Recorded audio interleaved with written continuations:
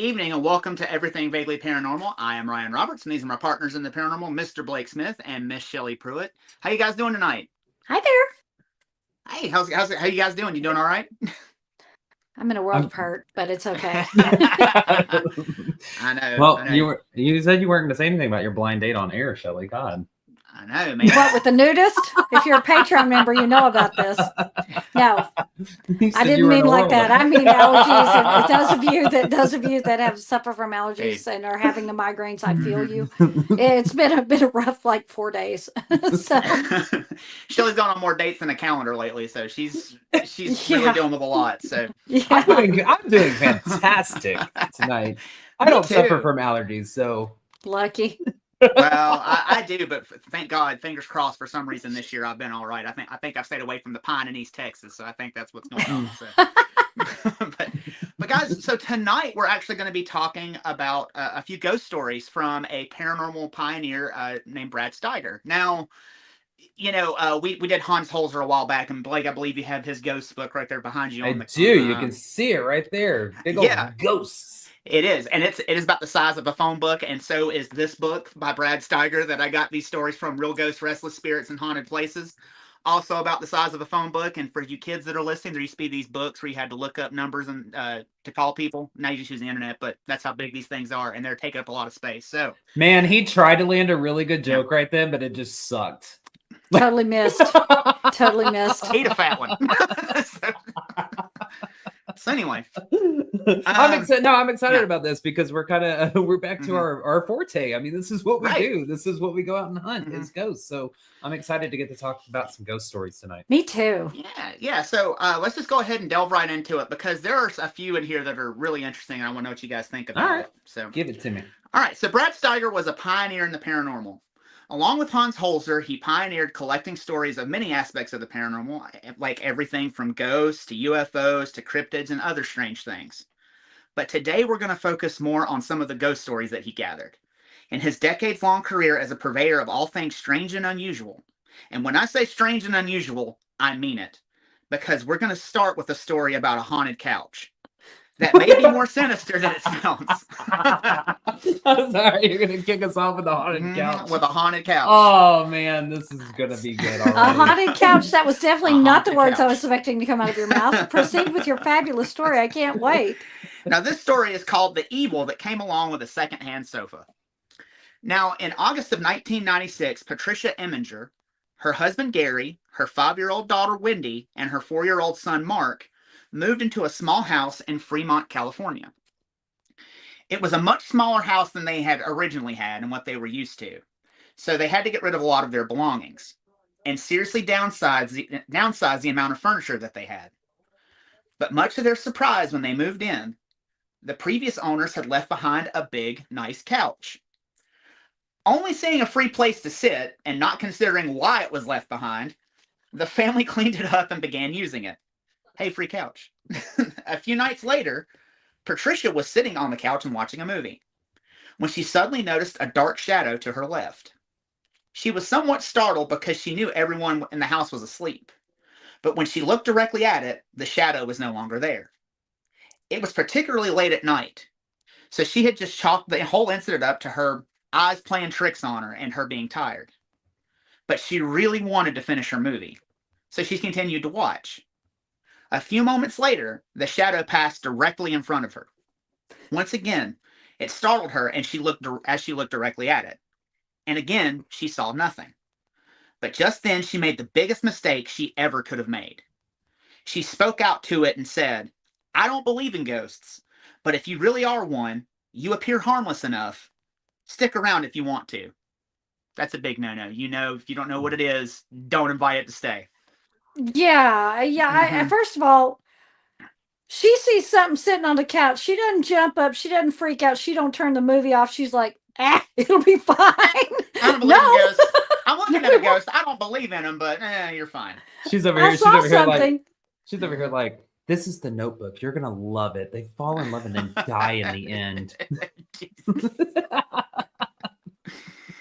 Oh man, if I had to watch The Notebook, I might fucking die right there. But afterwards, she turned off the TV and went to bed, completely forgetting the whole incident. The next day, Patricia and her family went about their routine with no incident and had a normal day. But after the rest of the family went to bed, Patricia grabbed a book and sat back down on the accursed furniture. Just as she was getting into a really good part of her book, the shadow from the previous night returned. But this time it crossed in front of her and sat on the other end of the couch. Surprisingly undaunted, Patricia yawned and spoke up and said, "If you want the sofa for the night, be my guest. I am simply too tired to care. I'm going to bed." That sounds like you, Shelley. That sounds like you, Shelley. Either get in bed or get out. Away. Leave me alone. I'm trying to sleep. Actually, yeah, I'm guilty of that. But here's the thing: I would have told it to get out before I said, "Fine, I'm tired of dealing with you." Right. And with her not believing in ghosts, she's awfully cavalier about the whole thing. Yes, she has a very nonchalant attitude towards this strange shadow she keeps seeing in her house.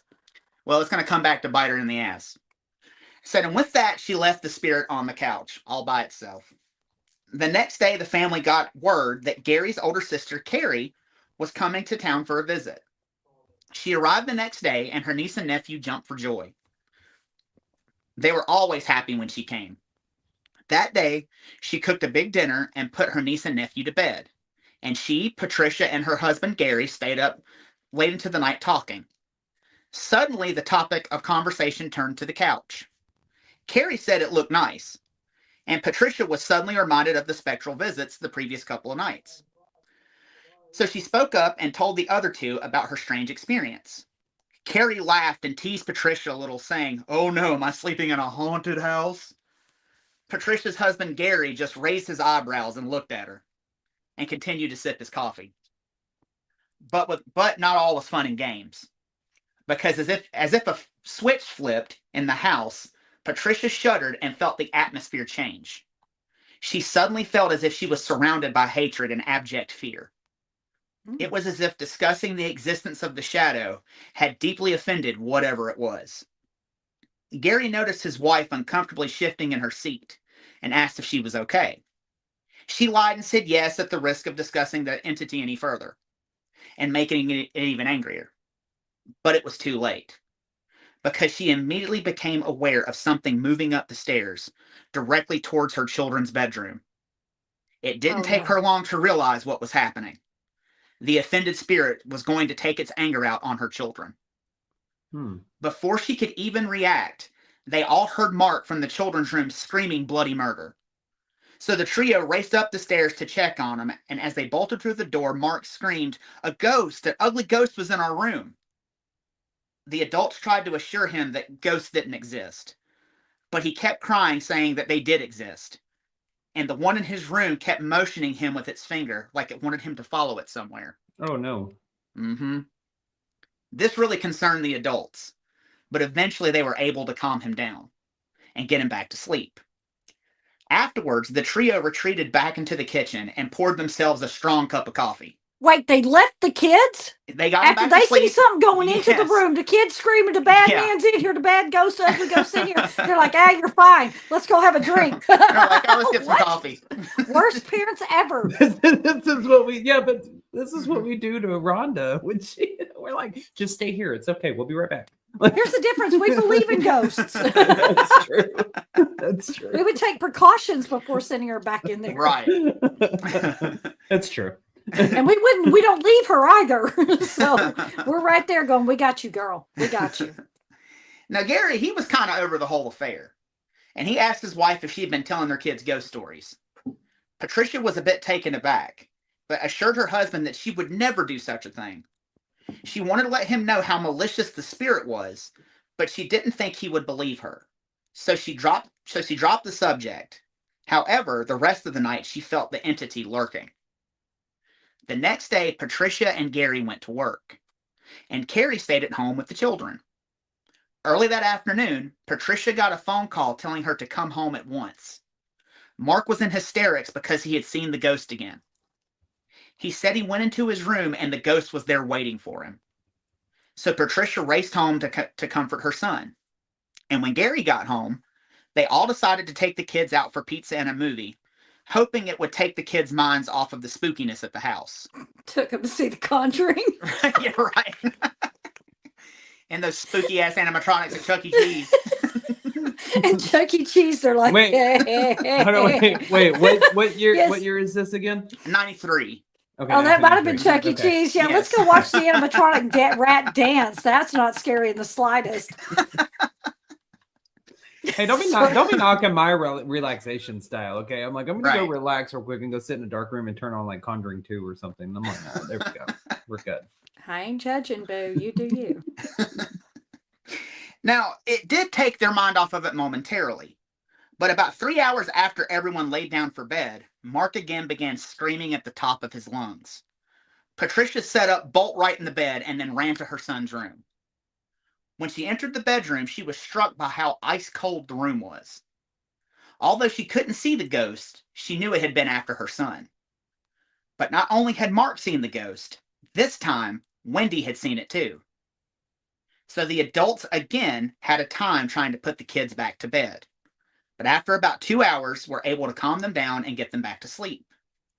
At this point, Gary had become very concerned about his son. But he was not ready to accept a supernatural explanation. He thought there had to be a logical explanation. Maybe something physical or psychological was affecting Mark. But nonetheless, he wanted to get the issue solved.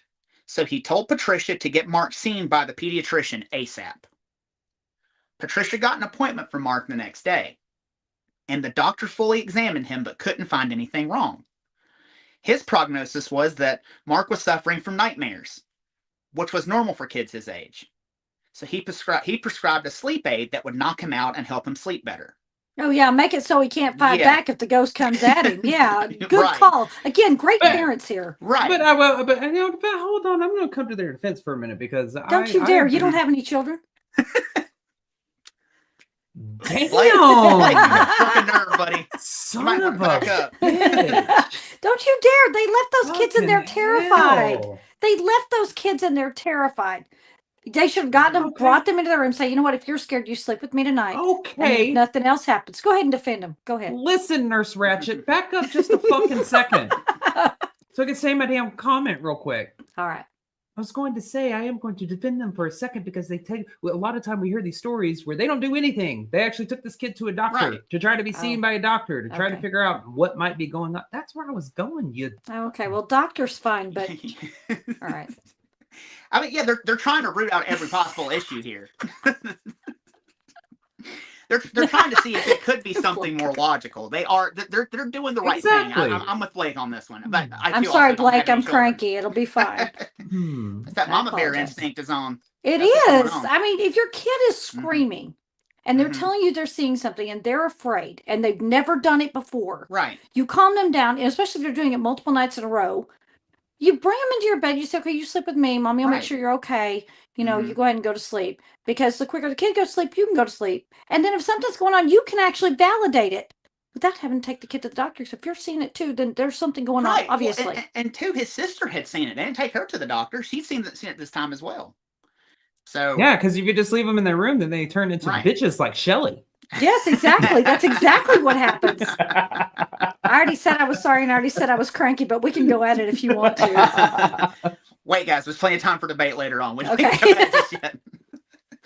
Now, Patricia wasn't convinced, but she went along with it. That night, she held her son and administered the sleep aid. But while she held him that evening, she again felt the presence walk into the room. When she heard in her head the entity speak, the mocking voice said, "If you feel frightened now, this is nothing, like the fear you will soon suffer." Patricia didn't know what that meant and was not eager to find out. However, she could do nothing about it, but watch over her son and hope nothing else happened. The next day, Patricia went to work, and when she came home, tried to greet Mark with a kiss. But her loving little boy did not seem himself. He jerked away from his mother and scowled at her. Suddenly, he snarled and said, "I can't stand you. I don't want to be anywhere near you, and I won't kiss you ever again." Patricia was so hurt. This was nothing like her son.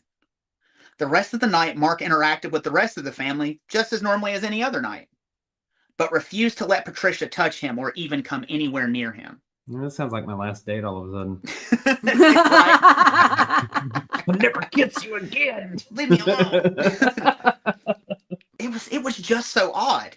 Patricia thought that maybe she had done something to upset her son, or he was just cranky. Anything she could tell herself to convince herself that it was a logical problem. She didn't want to admit what she was thinking. She knew deep down it was the entity that was making her son act the way that he was. But to see if she could get Mark out of his funk, she stopped by the store on the way home from work to buy Mark and his sister a toy. Mark's sister Wendy was absolutely over the moon. But Mark had a devilish sneer on his face when he received his new toy. As he looked at his new present, he looked at his mother and yelled, "You can't buy my kisses with presents." But then, as if the little boy was actually able to break through the dark force that seemed to have a hold of him, he ran into his mother's arms and yelled, "Mommy, I do love you." But just as Patricia embraced her son, Mark's face changed back to the ugly sneer, and his body shuddered. He wiggled out of his mom's embrace and screamed, "Why can't you leave me alone? I don't love you anymore," as he bolted from the room. Patricia just put her face in her hands and cried. Something had to be done. After they put the children to bed that evening, the adults discussed what they could do about Mark's behavior. Gary was convinced that Mark needed to see a psychiatrist. He just knew Mark was suffering some sort of psychological issue, but Patricia wasn't convinced. She knew in her heart of hearts it had to do with the entity in their home. She tried to convince her husband that the entity had made threats and seemed to be targeting the boy. But Gary didn't want to hear it. Carrie then spoke up and said Mark's behavior could have been from wanting his mother to be home with him. And him saying he didn't like her anymore really meant that he didn't like her leaving him when she went to work. That thought hadn't struck Patricia, but she would do whatever she needed to get her son help. So the next day, she put in her notice at the dentist office and came home that night to ruminate on her decision. After everyone else was in bed, Patricia sat up late in the living room when suddenly she felt the temperature in the room drop. And she began to feel the hatred and evil she felt whenever the shadow entity was around. She knew it had just entered the room. Patricia looked up, expecting to see the shadow, but what she saw surprised her. It was still the same shadowy form, but this time she could make out features. It had a face of yellowish green, emaciated skin, stretched across high cheekbones and long hair with hollow eyes, and claw-like hands with an evil sneer plastered on its lips. It was the same sneer Patricia had seen on Mark's face. Now Patricia had no doubt that this thing was responsible for her son's change in behavior. This thing wanted her son. As Patricia watched the shadow, the form suddenly disappeared, and so did the chill and hatred in the room. So she ran up to her son's room to cradle him. This thing could not have her son. She wouldn't let it. As she was cradling him, Carrie ran into the room and said, "My God, I saw it." She was making a glass of warm milk in the kitchen, and just like Patricia, saw it materialize in the room. Now she had seen it, and Carrie had come to the same conclusion as Patricia. So they woke Gary up to tell him. Gary was still reluctant to believe them, but said they were two women he trusted the most, and if that's what they believed, he believed them. The next day after dinner, Gary was tasked with putting Mark to bed. But just as he was about to pick up his son, Mark snapped. He refused to let Gary touch him and screamed, "You've been listening to her lies. Now you're just as bad as her. I don't like you anymore either." Gary was extremely taken aback. His son had never spoken to him that way before. Carrie tried to intervene, but then Mark's ire turned towards her. He said, "Why don't you go home? No one wants you here. You're old, fat, and ugly."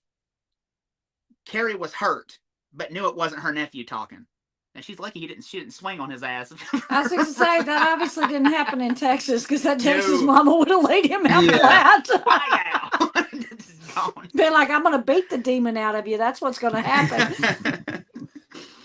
I mean, she knew it wasn't her nephew talking, so she put Mark and his sister to bed. But little did the adults know, the entity was just getting started that evening. After the children were asleep, the shadow entity released all hell. Suddenly, the windows in the living room began to rattle and shake violently. The drapes began to flail as if there were an intense wind, however, there was no wind to be found. Then books began to fly off of the shelves. It was clear that this thing was pissed about being found out. Gary was now terrified and said the entire thing was just too much. But Patricia urged him to sit down and ignore the tantrum the dark entity was throwing. She told Gary that the more scared that he was, the more it would give the spirit power. But just as she said that, the spirit spoke to her telepathically and said, "You can't ignore me. I'm stronger than any of you." And then it laughed a maniacal, low-pitched laugh. Patricia could tell by the look on Gary's face that he had heard it too. The skeptic had now become a believer.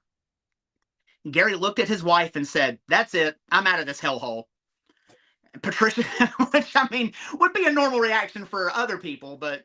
What a great husband and father. Right. Screw you. I'm out of here. Right. Good luck. Right. And he's going to leave these people to go Adios. deal with this thing, and he's going to go. Now, Patricia begged him to stay and face the evil in the home with her, but Gary admitted he just couldn't handle it.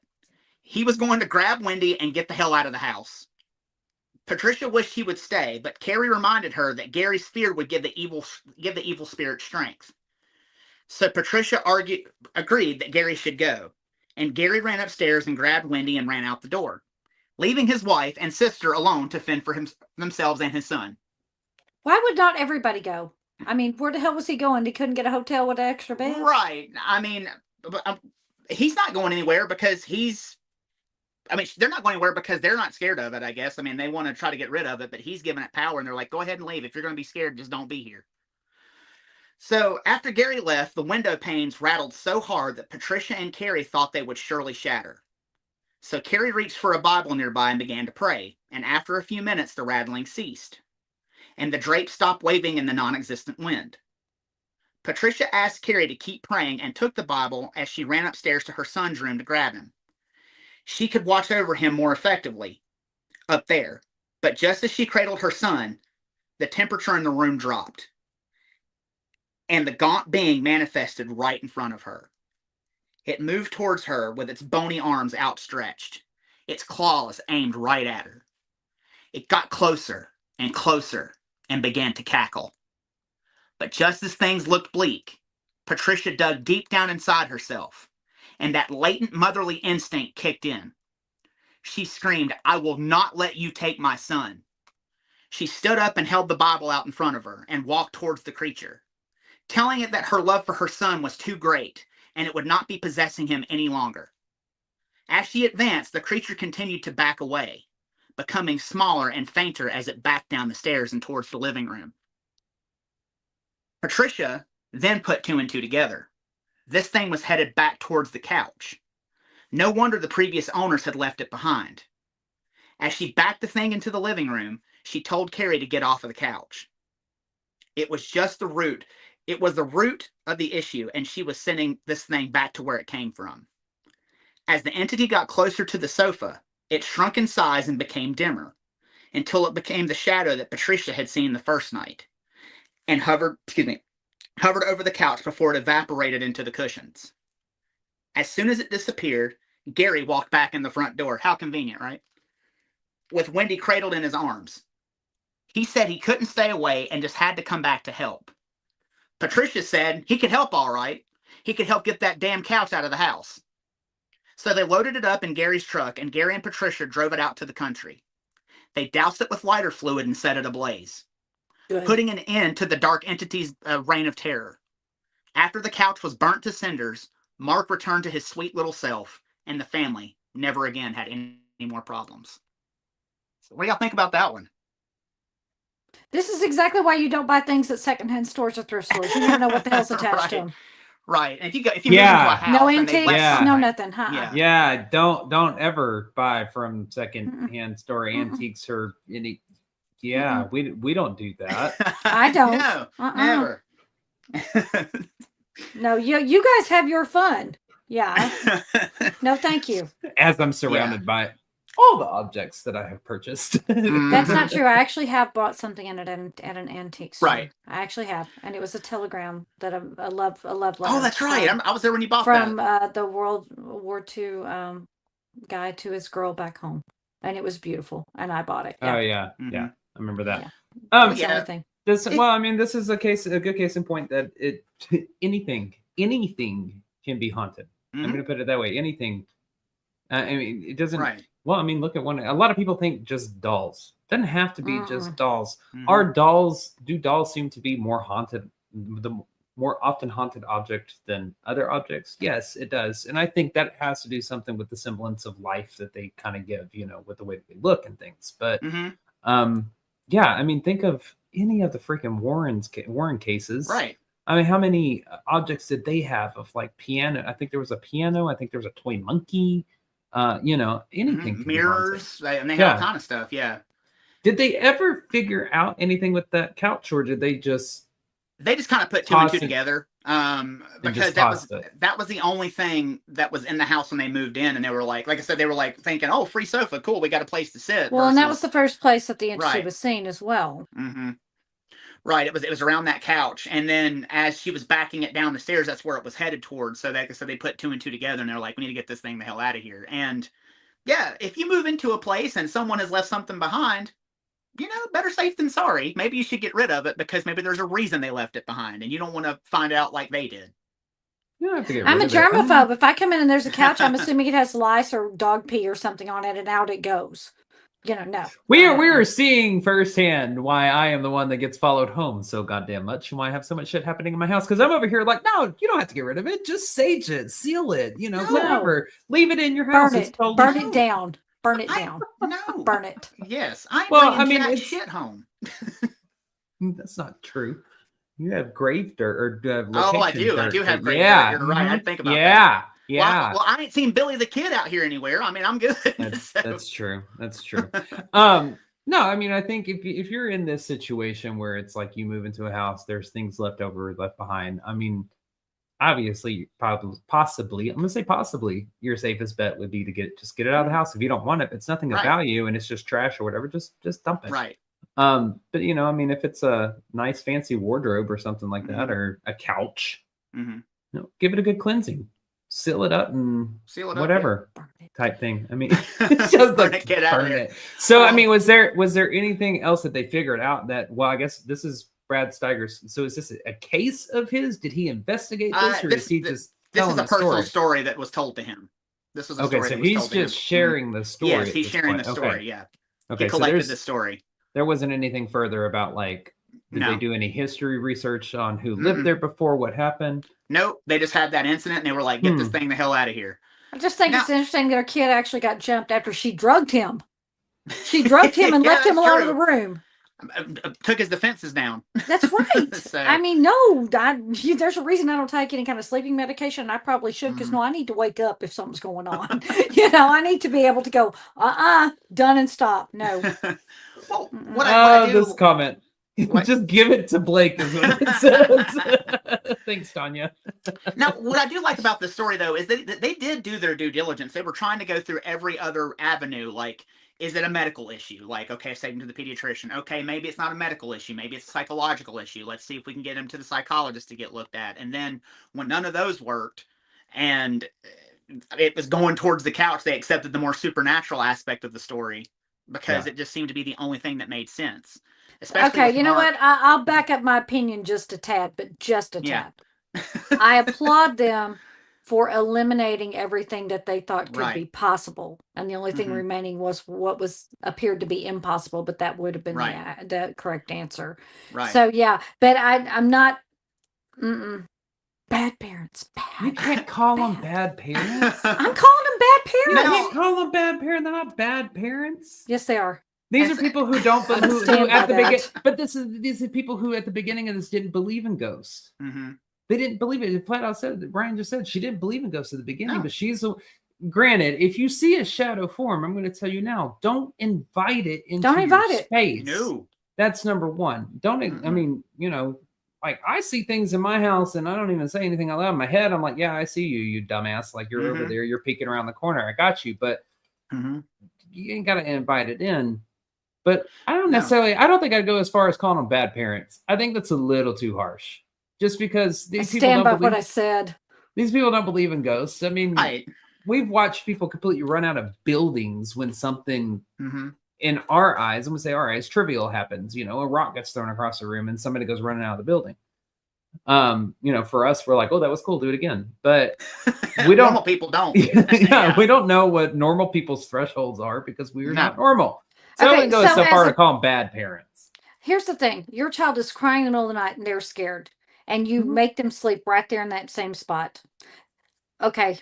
That to me, that would never happen. I'd say, okay, I'll lay down with you. I'll stay in here with you. Or hey, you come in here if you're afraid. Okay. And then if it persisted again, then okay, I'm gonna stay in your room with you, you know, until you go to sleep. And then if anything happens, I'll be here. And just the whole thing, if they kept putting them back in the room and leaving them after this child was clearly afraid. Mm-hmm. Clearly Yeah, but that's scared a of what whole was going on. generational type thing. I mean, my God, that's how Right. I was. Where did this take place? Fremont is what you said. It Fremont, was in California, and it was Okay. also in the early 90s. So think about the previous generation. That's what I'm saying. You Like, didn't I talk mean, about this sort of stuff. This wasn't something that was discussed openly. But it wasn't only that. I mean, as a kid having Right. stuff going on in my room between, you know, after I passed Mhm. about 13 or whatever, you know, I'd get freaked out. But even as a kid, I remember crying, and I was raised by my grandparents, so an older generation above my parents, and they'd be like, quit your crying and go back to sleep and go lay back down in the bed. You know, they put me back in the room and just be like, go lay down. Right. And think I about how don't- many stories you've heard about that. Kids are like, the man's in there. Yeah. And they're like, there's no man in there. When Yeah. you come to find out there's actually something going on later on. But, Yeah. you know, that generation is just like, hey, do what I said. Go lay down. Get, you know. So what do you think that this thing was? Green, gaunt, skeletal, tight skin, I or don't green know. Long hair and grayish? claws. Yeah. And I claws. don't know. I mean, Blake, I mean, would you lean more towards demonic because it was able to Nah. possess her son and it also looked scary as shit? Or would But you think regular it was entities can jump you. Yeah. but it had hollow eyes and claws and gaunt green skin, and it was like a shadow form. Like it was like partly cloaked in like a shadow. Like, what do you think? Well, I mean, here's the thing. If it's a malevolent entity or a malevolent Mhm. spirit of any kind, then they're going to do their damnedest to be able Right. to try to present to you in a way that's going to frighten you. You know, I mean, Right. it's just like if we see our loved Right. ones are going to present to us in a way that we would want to see them. Right. Whole, able-bodied, you know, Right. all of that kind of stuff. If their whole intent is to terrify and scare you, they're going to Mhm. present to you in a more terrifying, gruesome manner. Right. Agree. So I definitely don't think that this was just some nice little entity, obviously. No. Do you But think I it was would human, though? not, I would not go so far as classified as demonic. But would you say it was human?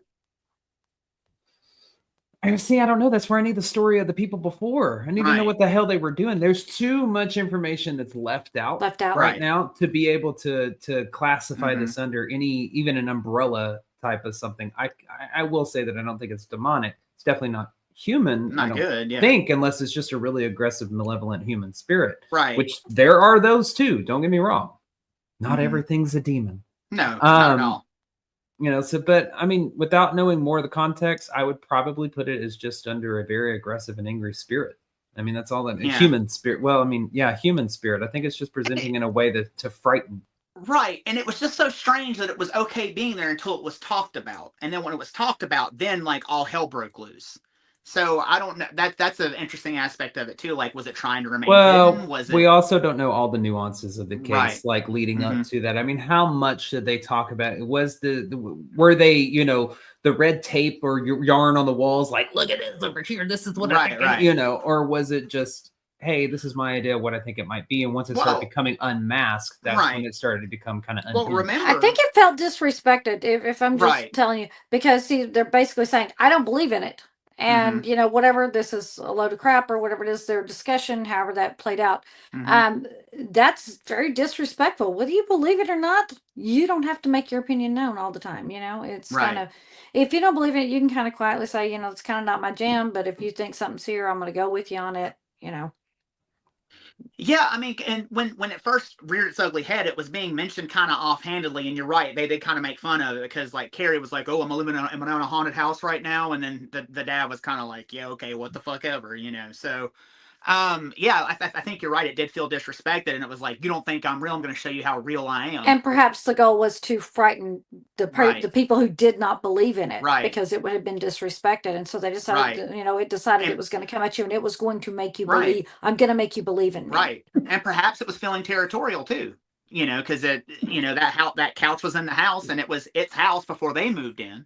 Right. So perhaps that's another aspect of the story. Maybe it's feeling territorial and was like, well, and maybe affecting the child was the best way to make them believe. Right. Or make them leave if it wanted to be in the house and not have them there. We just don't know. So do you think... I think there's too much information missing to be able to classify it under one exact and specific type of spirit that this was. But I think the bigger thing is out of this is two things that I would take away from this story if you're just listening to it. Number one, don't ever have a come at me bro moment with the paranormal, because your come at me bro moment, it's just never going to end the way that you want it to. And number two, if you don't know what it is and you don't know what you're seeing, definitely do not invite it to stay. No. Yeah, that was her biggest mistake. That was her biggest misstep, was inviting it to stay in the home. But I will say, trust that motherly intuition, because she was right from the get-go what was going on. So, I mean, even after they did their due diligence. So I thought that story was a lot of fun. So we're going to keep it moving. We're going to go on to our next story. Go for it. Now, while the previous story, this story is called Remembered Me with Kindness, and this one's a little bit sweeter than the last story. So while the previous story was about an apparition throwing a family into crisis, this next story is about a crisis apparition. And for those of you that don't know what a crisis apparition is, it's the apparition of a loved one that appears to a family member or a significant other during their death in a far-off place before they pass on to the next plane. Almost as if they're telling their loved ones goodbye before they cross. I actually had that. I remember you telling me about that. It was your grandmother, right? My great grandmother. It's actually the precursor to her standing at the foot of my bed that I've actually never told anybody. Really? So, yeah, I've actually had one of these far off places seeing. Yeah. Anyways, I'll go ahead with your story and I'll throw mine in afterwards. Now, this is exactly what happened to Stanley in our next story. In 1972, Stanley was a young man in the U.S. Navy. He was stationed in Germany, and while there, he met a stunning woman named Carla. And the two fell head over heels for each other. They truly cared for one another and thought they had found their true soulmate. But Stanley, being in the Navy, knew it was only a matter of time before the Navy stationed him elsewhere, and he would have to leave Carla behind. So Stanley seriously contemplated leaving the Navy so that he could just be with Carla. But he knew deep down inside he just couldn't do that. Finally, the day came that the couple had been dreading. The Navy was moving Stanley out of Germany and sending him back home. The couple were devastated, but decided to have one last weekend together and rented a room in a historic German hotel. They had such a wonderful time together, and on the last night had one final goodbye dinner. Both of them loved each other so much. So the concept of marriage was brought up. Sorry. What? I like that subtle pause that you had right there. You were like, they had one last goodbye dinner. Like, okay, Ryan, we get it. Anyways, they were just so upset. Yeah, sure. Yeah, don't look at that calendar too close when that baby shows up. Now, Stanley said he wanted to marry her, and Carla said she didn't see herself marrying anyone else but Stanley. The two were elated at how each other felt. But Carla made a suggestion. She said Stanley should return to the States and see if their love could survive the distance between them. They would write each other as often as they could, and after a while, if they still loved each other, they would be married. That idea sounded great to Stanley, so he agreed, and returned to the States shortly thereafter. Stanley got back stateside and got to work writing his foreign sweetheart almost immediately, love letter after love letter. And she got just as busy sending her own, and responding to his. Things seemed to be working out. The passion was indeed there, but about 6 months in, Stanley realized he could make a real career out of this Navy thing. So he began studying for tests and exams to further his career. But as a result, his love letters began to suffer. And where he was writing a letter a day, it dwindled to a letter a week. And eventually, he was only writing once a month. Carla, however, continued to write daily. But with the infrequency of Stanley's letters, she began to match the frequency of his output and began only writing once or twice a month as well, matching energy for energy. Around the same time, the couple stopped communicating as much. Stanley met a Navy brat named Darcy. Darcy had grown up in a naval family, so she really understood Stanley and the career he was trying to carve out for himself. The two instantly hit it off, and shortly thereafter, they were engaged. So Stanley had to do one of the hardest things that he ever had to do, and wrote Carla to tell her about the upcoming marriage. Told y'all we were going to hear about the Notebook tonight. Just saying. Go ahead. And just like that, Carla stopped writing. Stanley never received another letter from her, and he went on with his life. However, he never forgot his foreign lover. Stanley went on to become a payment disbursement officer and served on a destroyer that went to the Middle East and returned to dry dock in the shipyards at Virginia Beach. And on the evening of June the 15th, 1975, he was working in his office. He had been typing up a pay roster and found a good stopping point, so he leaned back in his chair and took a little nap. But at 12:20 a.m., he was awoken by someone pounding on his door. So he got up to answer it. And to his surprise, Carla was standing right in front of him. Stanley was absolutely amazed. He never expected in a million years to ever see Carla ever again, especially on a destroyer in the middle of Virginia. So he asked her how she found him and how she got on the ship, but she just shushed him and didn't answer his questions and said, "Stan, I'm here to tell you I understand about Darcy, and I forgive you." That was such a load off of Stanley's mind. He began to speak, but Carla hushed him and continued. "So, I accepted another's proposal not long after I received your letter. But I want you to remember me always with kindness." Stanley smiled and whispered, "With great kindness and love." Carla smiled back and said, "And please, please be happy in your life with Darcy." With that, she turned and walked down the passageway until she was out of sight. Stanley just stood there in silence as he tried to process what he had just experienced. He stood there until a guard on security detail came to check on him. He shook off the cobwebs and asked the guard had he seen the pretty blonde in the passage only a few minutes prior. The guard looked at Stanley and kind of raised his eyebrows and laughed and said, "Man, you must be dreaming." But Stanley knew it wasn't a dream. So he sat down and wrote a letter to Carla for the first time in years and recounted his strange experience. A few weeks later, he received a letter in the mail. But the letter wasn't from Carla like he had hoped. It was from her mother. In the letter, her mother confirmed she had been engaged, and she had spoken recently about how she regretted not answering his letter about his marriage. But the bad news was that Carla had actually passed. She had died in a head-on collision the morning of June the 16th, and the time of her death directly corresponded with Stanley's visit in Virginia. Carla was on her way to the next plane, but loved Stanley so much she had stopped by to tell him goodbye. What do you think of that story? You think that really happened? I'm going to go on record and say that yes, absolutely, because I've had one of these experiences. I've experienced this myself where so I've told the story on this podcast before about my great grandmother standing at the foot of my bed a couple days after she passed. Well, prior to that experience, the day that I found out that she had passed, I was over at my mom's house, got the phone call, told me where to go. I went over to their house and of course, just 100% upset, distraught, and I go and I was real prone to migraines back then. So I started to get a migraine. I go down, go and lay on their couch in the living room. Everybody just lets me sleep. And I'm laying there.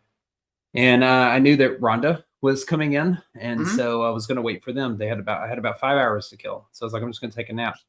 And I remember in this dream vividly, so vividly, I was in this place. All there was this little stump in the middle of this kind of meadow area, tree line, circular area, bright, sunny, lots of green. And I'm sitting there on this stump. And all of a sudden, my great grandmother just turns to me and touches my arm. And she says, "I just want you to know that I have to go." And she's like, "But I want you to know that I love you and I will always be with you." And I remember right about that time hearing voices like off in the distance. And I recognized them as Aunt Rhonda and a couple of other people that had shown up as well. And I could almost, I remember being like, that's Aunt Rhonda or something like that. And my great grandmother hugs me, still can feel the embrace to this day. And she says, I'm going to leave now, but it's okay because I'm going to be with you. And I'm crying. And I just remember all of a sudden I hear Aunt Rhonda go, I felt something on my body. So it's like almost like in between asleep and awake. Right. And I felt somebody like touch my body, and I hear Rhonda's voice go, oh my God, he's so hot. I cannot touch him. And they were trying to wake me up. Right. And there were 3 people there, 3 adults who were like, finally got me awake. They were so worried about me because they literally could not touch my body because my body was so hot at that point. And I woke up just completely drenched in sweat. And that's all that the dream was. It was just her and I in the middle of a field. So I 100% believe this story because I have had this experience myself of what they call crisis spirit. My great grandmother just passed away, and she came and told me she loved me, she had to leave, and she was going. Embraced me, hugged me. And before I woke up, I watched her walk off.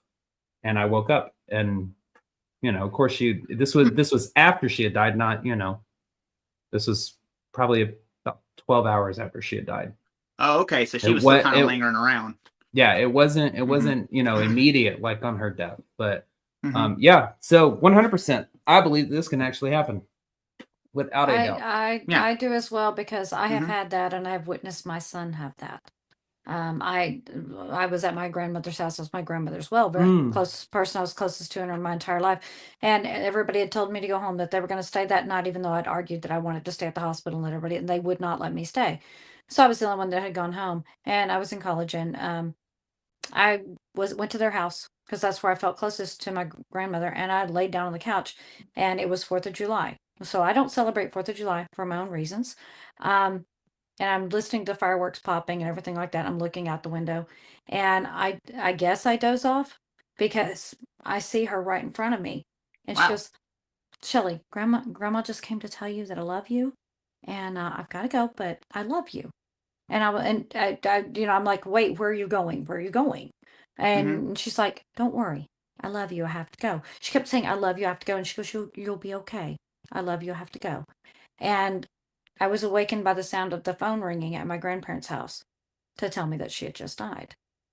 And I got so angry that I destroyed their entire house. This is not a good moment for me. I threw their cushions everywhere. I tumped over chairs. I was so angry. And then, of course, I look at my mess and I go, great, now I have to clean this up. And I had to clean it up because I couldn't let my granddad come back to the house like that. I did not break any plates. I just tumped over furniture. But then also, right before my grandfather, my grandmother's husband, passed away, my son and I were laying in the bed, and he was right around 2 years old. And I've been reading him a book and everything. And he just starts giggling, and he looks up in the corner of the room, and he's laughing. And I was like, what are you laughing at? And he goes, Grampy. And I said, what? Grampy? And he goes, I was like, Grampy? And he goes, uh-huh. And he looks like he's listening to a conversation. I said, do you see Grampy? And he goes, uh-huh. I said, tell Mommy where Grampy is. And he goes, up there by the bird. And I had this chalk parrot that was an old time, 1950s carnival item that's hanging in the corner of my room. And I said, he's up by the bird. And he goes, uh-huh. And I said, well, what's he saying? He says, be good boy. Be good boy. And he shake. And my granddad just looked at me and go, no, you be a good boy. He used to say that to him just like that. And I said, oh, he's telling you he goes, uh-huh. And then he's laughing. He goes, okay, Grampy, bye-bye. Bye, Grampy, bye-bye. And I said, is he still here? He says, no, he's gone. He said bye-bye. And then again, within 45 minutes, the phone rings and he's passed away. That's so crazy. No. Now, do you want to talk about creeping out? That creeped me out. That my son is he's giggling. He's having Grampy says bye-bye. I'm like, listen, Grampy, you leave a kid alone. I'm like, be cool, Grandpa. Okay, be cool. That alone is why I do not have children. No. Nope. Yeah, they'll point and laugh and smile and giggle at things that ain't there. Nope. It literally looked like he was. It literally looked like he was laughing and having a conversation. Look, and just the mannerism he did My granddad used to go, "You be a good boy," and he'd get this scowly face, "You be a good boy." Right. My son would laugh and do it back to you. He goes, "You be a good grampy. You be I mean, good that just reminds me of that freaking Facebook video that freaks me out, where there's this mother and this daughter, and they're playing around and everything, and the mother's hugging and holding on to the daughter, and the daughter goes, "Mommy, your grandma's here," and she goes, "What?" She goes, "No, she's not." And this woman had a nickname that only her grandmother called her when she was a child, and her kid goes, "Grandma says hi, Gemma." And I mean, just the look on her, she just looks she's smiling like this, and she goes, "Hi, Jim," and she goes, what did you just say? I mean, you could just tell, right, that wasn't planned, No. Hell no, that's why I don't have children. No. They look at me and say, there's something in the corner. I don't care who it is. It can be my own grandma. I'm gonna get holy water. You better leave. I don't do that. Well, I did say, well, Grampy's gone now, right? I don't do that shit. I don't play that shit. Not with kids being like, over there in the corner. Nah. No. But that was my grandfather's, because I was my grandfather's only granddaughter, and this was my grandfather's only great grandchild. Yeah. So, and that he was very close. He he just adored my son, and so I can see how that he would have gone to see him. So but he was too, and I've never forgotten that. I took that damn bird out of the corner, just so you know. That child parent no longer hangs up there. I moved that into a different room. But yeah, I absolutely think this can happen, and what a sweet, a very sweet. Absolutely. Yeah. Yeah, she kind of absolved him of his guilt. Right. I don't think I'd be that kind, but she's probably better than I am. Well, and I've told you also about the story of my grandmother waking me up in the middle of the night after she had passed, about a month after she had passed, and me watching her walk around the bed and walk into my bathroom, and then trying to remember if that was a dream or if that was, something that happened in real life. And I'm a firm believer that it was something that happened. I woke up out of my sleep because there was evidence the next morning that I had woken up. Right. The TV had changed and all that kind of shit. And so, yeah, I believe in these kinds of spirits, these kinds of visitations, 100%. And if you are blessed and lucky to receive one of these visitations, 100% believe it. Whether it is a dream, whether it is in real life, because if you have people who have passed to the other side, who are coming into your dreams, that's a visitation. That is a straight up visitation. If you are dreaming about these people and these adventures that you're going on with them, or spending time with them, or just talking with them, absolutely. And I would classify that as one of these kind of crisis spirits. Maybe there's a lot that you're doing. My grandmother, Grands, that I talk a lot about, that raised me, she comes around in my dreams when shit gets tough. When I'm going through a lot and dealing with a lot and handling a lot, she shows up. So, yeah. It's fascinating to have those kinds of visitations. Right. And something that I noticed in this story and in y'all's stories, it seems like sleep was the catalyst that opened you guys up for them to come and say my hello kid before wasn't they asleep. left. Well, except for him. My Except kid that one was story. not Yeah, he asleep. was wide ass awake. But he's a kid. He was wide ass awake. That's the thing. But he's a kid. That's the thing. Right. He's a kid, and kids are not jaded like adults. They're not taught. It's not taught at. That's why kids scare the shit out of me when they say they see something. It's like my niece, whenever she's like, "There's a demon in the house," and we're like, "Where?" And she goes, "Up there on the ceiling." And she's like 2. Fuck that. No. Don't play that game. But anyways, so yeah, I think these I love stories like this. This is such a cool story. I've had so many experience with these, but the closest one is my great grandmother. And I've never actually told that story. Whenever she hugged and embraced me after she had passed. So I think these are that's an amazing story. I love that one. Yeah. I had to give you a palate cleanser after the devil on the couch. Yeah. What are we doing now? Dookie demons? No. Unrequited love one is very sweet. The unrequited love one, that she's forgiving him for basically forgetting about her. Yeah. That's extremely kind. And you would have to be making amends for something to do that, because otherwise, dead to me. I say, we know you've let him anguish and pain and wandering the rest of his damn life if it was you. So. Yeah, suffer. Just suffer. So, should we move on to our last story of the night? Please do. Okay. Save us from ourselves. Now, this one is called The Materialization of Rosalie. So, as we have seen in our previous stories, love is a very powerful force and great motivator for paranormal activity. Love can banish evil spirits and cause an ex-girlfriend to come say goodbye before moving on to the land of the dead. I thought you were going someone else with that ex-girlfriend comment. Anyways, I was like, "Woo, Brian, where are we going?" Go ahead. Burn in hell. Not really. I'm speaking. So, but it can bring back. But can it bring back? I'm joking. Somewhere she went, ouch, and didn't even know she was the target of that. I still love you. Not like that though. We tell you, he is the meanest one out of all of us. That is no lie. He is the meanest one. I am not.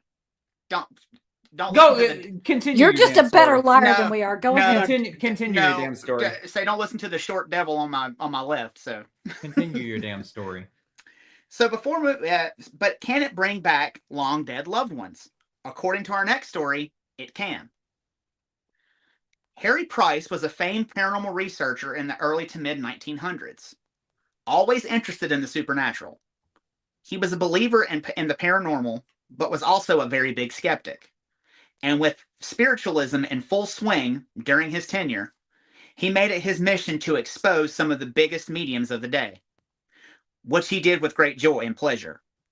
His approach and reputation gained him a celebrity status in his native country of England. So much so that he became good friends with Harry Houdini. And we all know how Houdini felt about spiritualism and mediums. Hated it. Yes, he did. But things took a strange turn for Price on December the 8th, 1937. Price had just made a radio appearance on a show about psychic phenomenon, and a listener contacted him with a very interesting proposal. The listener told Price that she and her family regularly held a seance every Wednesday night, where through the power of the ritual, they were able to materialize a child that had long been dead. This really piqued his interest. If it was indeed true, it would be astonishing. The listener then uttered the words Price longed to hear. They told Price that he could attend the seance and see for himself, but only under the condition that he never reveal the location or the names of the people involved.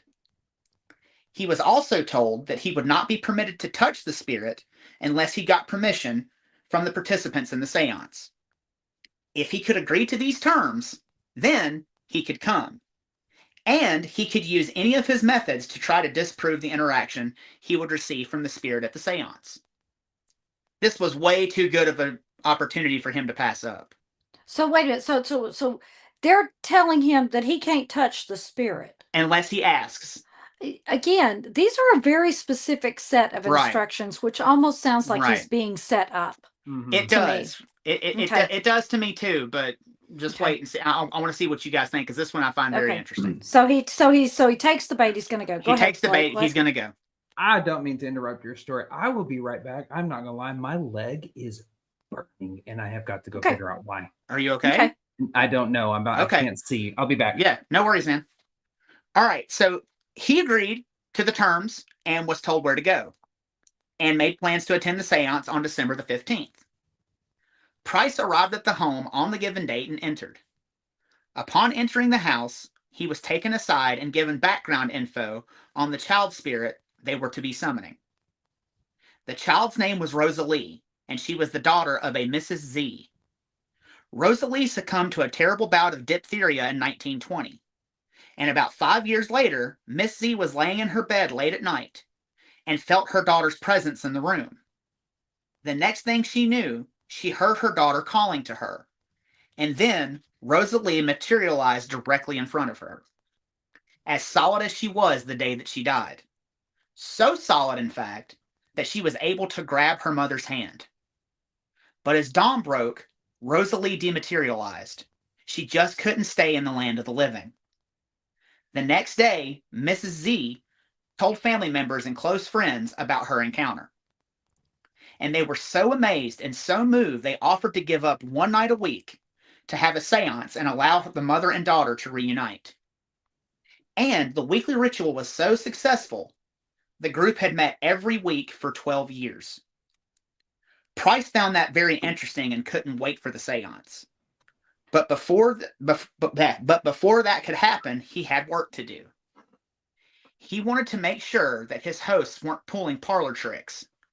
So he asked them to show him the room where the seance was to take place. Price got to work right away. This wasn't his first rodeo. He went through the room and removed the clock and any small items of furniture so the room was as open as possible. That way he could see better if they tried to pull a fast one on him. He locked all the doors and put the keys in his pocket. He then sealed the doors and windows with tape and covered the fireplace with sheets of paper. He emptied every drawer and examined every cushion and floorboard, and then sprinkled cornstarch around the movable items. He had thoroughly covered all of his bases. No one else was getting in or out of this room without him knowing. Once he was done with his preparations, he told his host they could begin the seance. So everyone took their places, and a small lamp was lit in the middle of the table. And at about 10 p.m., Mrs. Z announced that she felt her daughter's presence in the room. She began to cry and told the others in the room to be quiet. And much to Price's amazement, a little girl began to materialize right beside of him. This defied all logic, but yet Price had seen it with his own eyes. So naturally he asked, "May I touch Rosalie?" The group gave him permission, so he reached out his hand to see if she was solid, and she was. But the thing that struck him the most was that her flesh was cool to touch, not as warm as a regular human's. It was mind-blowing for such a seasoned investigator. He had to get a better look, so he asked her mother if he could pick her up. She agreed, and Price picked up the girl and put her on his knee. He pressed his ear to her chest and could hear a heartbeat. And in the lamplight, he could see no decay on the child, just the cherubic nature of her face in the glow of the oil lamp. Price asked the girl many questions about the spirit world, but the little girl didn't answer them. However, when he asked her if she loved her mother, the little girl gleefully replied, yes. About this time, Mrs. Z went and picked up her daughter and held her for about 5 minutes until she slowly began to fade away and was gone. Price still couldn't believe what just happened. There was no way this girl appeared and disappeared out of and into the ether. Someone had to be pulling his leg. So he called for the lights to be turned back on and immediately began examining the room to see if any of his cornstarch or tape had been disturbed. But not a single granule of powder had been moved, and the tape on the doors and windows were still intact. Price left the house with his head spinning. What he had witnessed shook his belief system to his very core, and it was an experience that haunted him the rest of his days. Eventually, Price shared his experience publicly, but kept his word in never revealing the identity of Mrs. Z or the participants of the seance, which damaged his reputation among other researchers because they too wanted to see the girl materialize. But no matter what happened to Price, he never forgot the night he saw a mother's love bring her daughter back from the grave. Now, I will say this one, because when I did my research on the Fox sisters, there was the mediums of the time that were a part of the spiritual movement who were known frauds and known tricksters. I'm not saying that the Fox sisters were or weren't, but just as it progressed from the Fox sisters to everybody was turning parlor tricks is what it was. It went as far as this, basically. And I was trying to Google that while you were telling the story, exactly what they used in order to be able to make a person glow. Now, I will say, I never heard of one of them in all of my research on that touching in or picking up the apparition. I did always hear about that you can't touch the ghost, because that was the thing. Once you touch the ghost, you probably kind of figure out it was. And I can't remember what it was that they used off the top of my head. I was trying, because I'm sure it was some. I did the Fox sisters like 2 years ago, and I can't remember off the top of my head what it was. I don't know. I've got questions about this one too, but I mean, with him being such a staunch skeptic and having disproved so many mediums and having, and he says, they say that this just completely changed his whole outlook on everything and just kind of wrecked him. Yeah. What do you think? I mean, do you think that, because he did his due diligence, like he taped the windows, he put the cornstarch down, he did everything that he knew to do to make sure that he wasn't having one put over on him, So the thing that makes me think that that it is some kind of hoax. Mm-hmm. It's the fact that there was a heartbeat.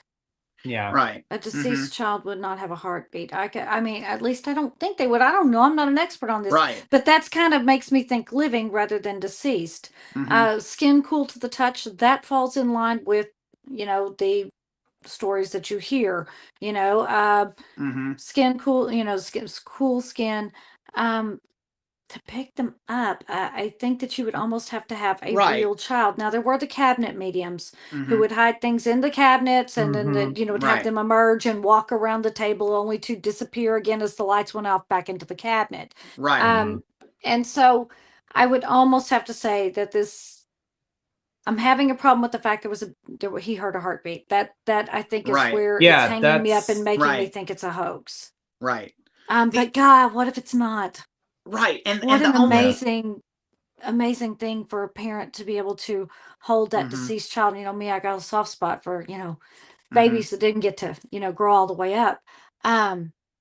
Yeah, what an amazing thing if a mother's love could really, ooh, y'all go ahead, because what if it was, Right. And the thing that strikes me weird about this story is why, if you are this renowned debunker and you believe in paranormal activity, but like these mediums are something that you have a hard on for, that you're trying to get rid of, why put your whole reputation on the line to tell people this story if it didn't happen to you?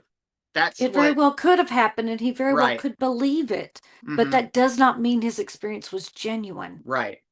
But the fact that he also, like I said, he checked everything. He checked, he looked everywhere he could have looked in the room, like removed things, put things down to make sure if somebody was in there and moved, it would have disturbed it. So I don't Yeah, know. but I can know how a magician does a trick, True. but it That's still true. amazes me when I see it done. Right. That's true. And not only that, I mean, you have no idea what room. This is going to be a hard one to prove or disprove. Honestly, I'm going to lean more towards this. As much as I want it to be such a genuine experience for somebody, Right. I think that it was just a parlor trick that was very well executed. Right. And that is solely because of the research that I did into the Fox sisters and how Right. far down that rabbit hole I had to go about how the mediums tricked all their audience after the Fox sisters shot to fame. And I still cannot find what they used to be able to get people to quote unquote materialize. But that was one thing. That's what they used to do, was they would have spirits materialize. There was always one well-known spirit after the Fox sisters became big. And again, it's eluding me. I'll have to go back to my research on that.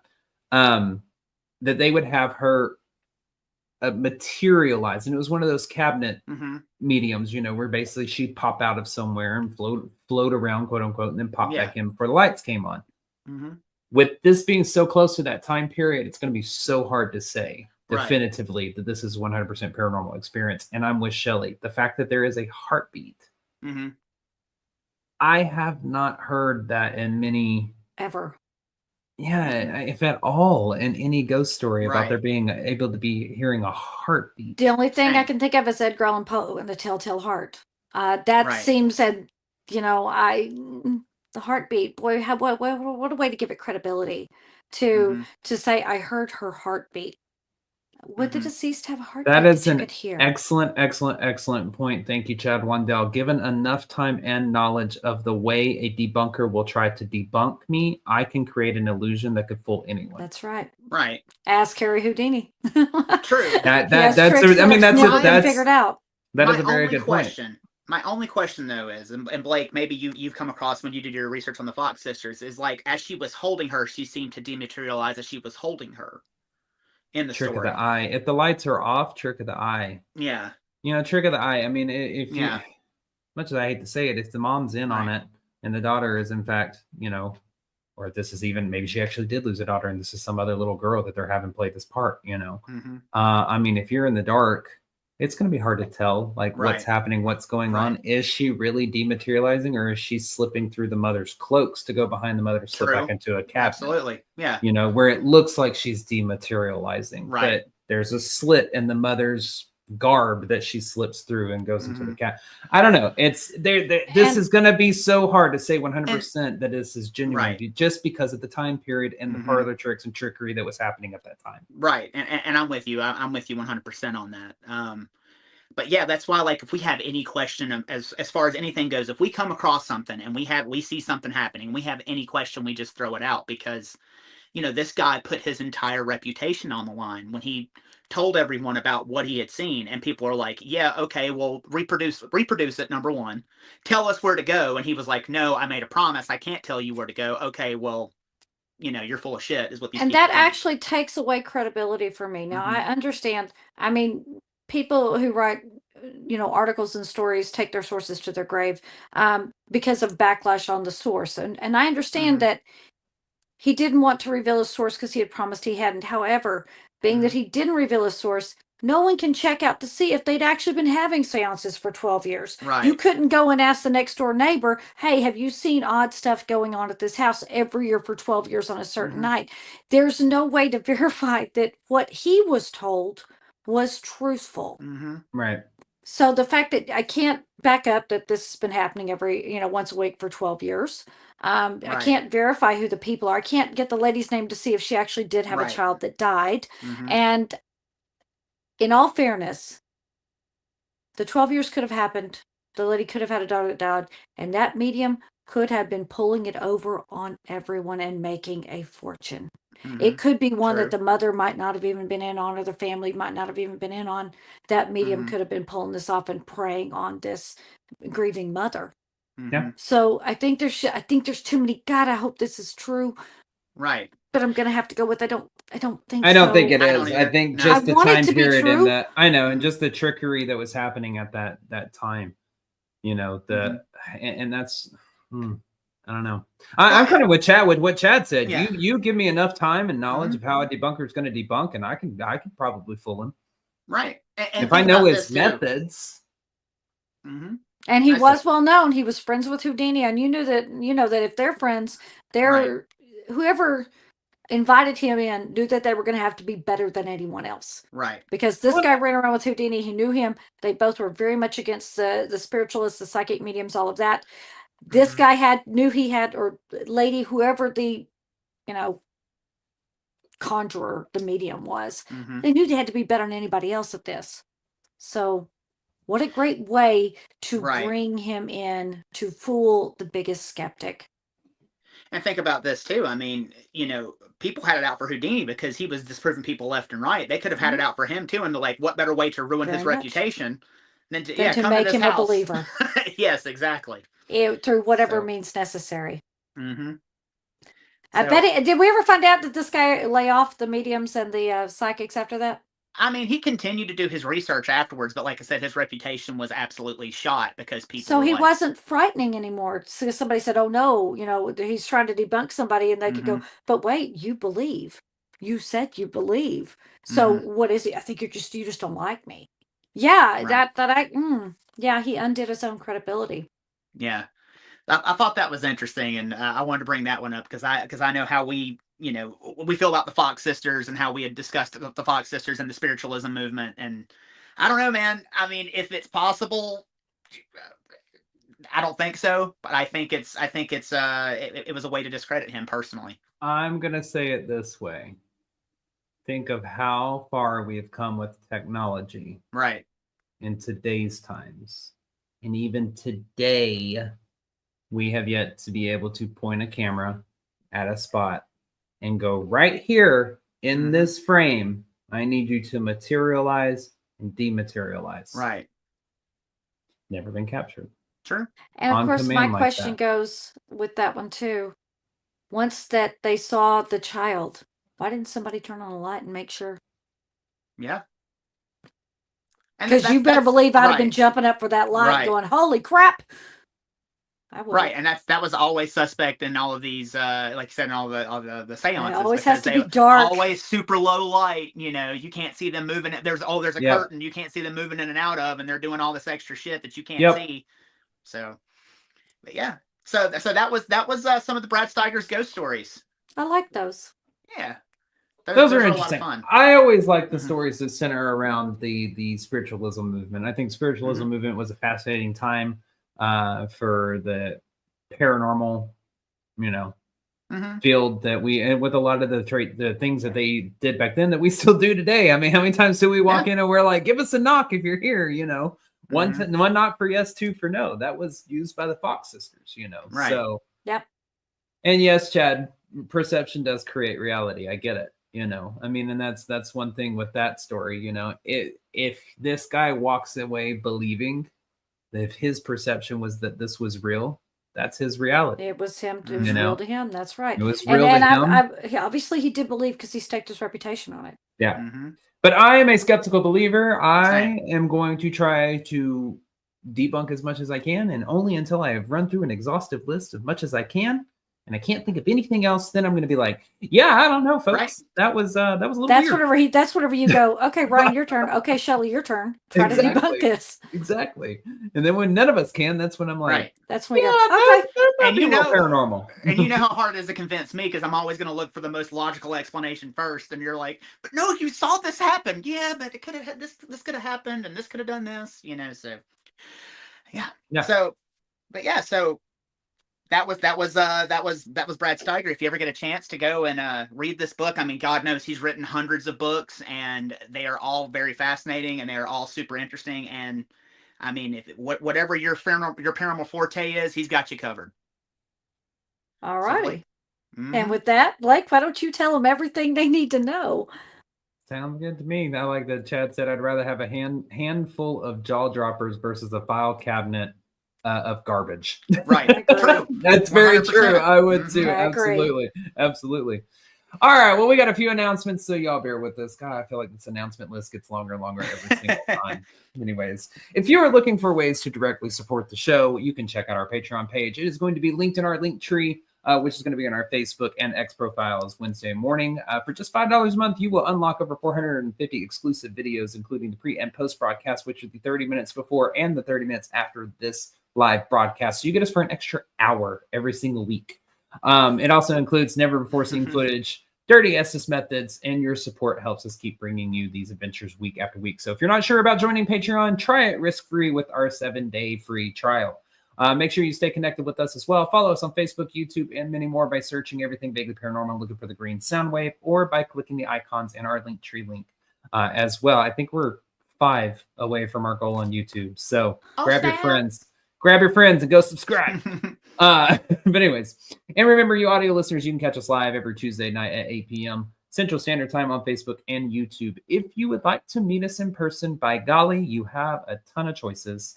May 30th through June the 1st, we will be in the DFW area for Fan Expo at the K. Bailey Hutchinson Center, along with Chad Wandell, Mr. Chad Wandell from Ghost Geeks.